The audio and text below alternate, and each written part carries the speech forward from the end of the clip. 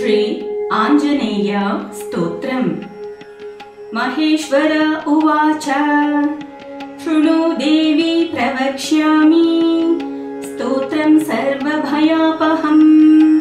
सर्वकामप्रदं नृणां हनुमत्स्तोत्रमुत्तमं तप्तकाञ्चन संकाशं नानारत्नविभूषितम् उद्यद्बालार्कवदनं त्रिनेत्रं कुण्डलोज्ज्वलं मौञ्जिकौपीनसंयुक्तं हेमयज्ञोपवीतिनं पिङ्गलाक्षं महाकायं टङ्कशैलेन्द्रधारिणं शिखानिक्षिप्तबालाग्रं मेरुशैलाग्रसंस्थितं मूर्तित्रयात्मकं पीनं महावीरं महाहनुं हनुमन्तं वायुपुत्रं नमामि ब्रह्मचारिणं त्रिमूर्त्यात्मकमात्मस्थं जपाकुसुमसन्निभं नानाभूषणसंयुक्तम् आञ्जनेयं नमाम्यहं पञ्चाक्षरस्थितं देवं नीलनीरदसन्निभं पूजितं सर्वदेवैश्च राक्षसान्तं नमाम्यहम् अचलद्युतिसङ्काशं सर्वालङ्कारभूषितं षडक्षरस्थितं देवं नमामि कपिनायकं तप्तस्वर्णमयं देवं हरिद्राभं सुरार्चितं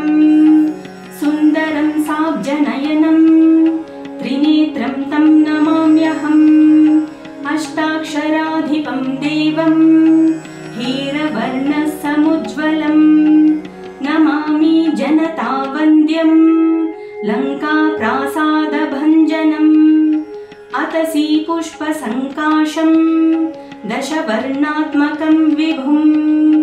जटाधरं चतुर्बाहुं नमामि कपिनायकं द्वादशाक्षरमन्त्रस्य नायकं कुन्तधारिणम् अङ्कुशं च दधानं च कपिवीरं नमाम्यहम् त्रयोदशाक्षरयुतं सीतादुःखनिवारिणं पीतवर्णं लसत्कायं भजे सुग्रीवमन्त्रिणं मालामन्त्रात्मकं देवं